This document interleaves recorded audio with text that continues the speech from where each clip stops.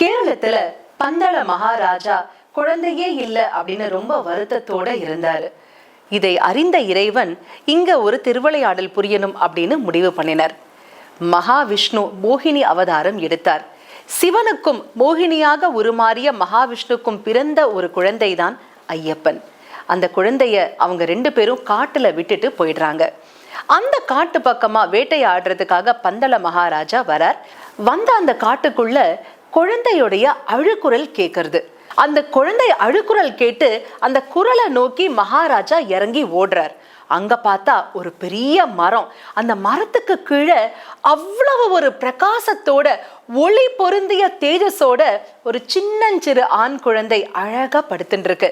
அதை பார்த்த மகாராஜாக்கு ஒண்ணுமே புரியல. பகவானே, குழந்தை இல்லாத என்னுடைய குறையை தீர்க்க வேண்டும் என்பதற்காகவே நீ இந்த காட்டில் இவ்வளவு ஒளி பொருந்திய குழந்தையாக எனக்கு பிறந்திருக்கிறாயா? உன்னுடைய கருணையை நான் என்னவென்று சொல்வேன் பகவானே. கோடான கோடி நமஸ்காரங்கள், கோடான கோடி நன்றிகள் அப்படின்னு சொல்லிட்டு அந்த குழந்தைய தன்னுடைய கைகளால அழகா எடுத்துட்டு அப்படியே அரண்மனைக்கு வரார்.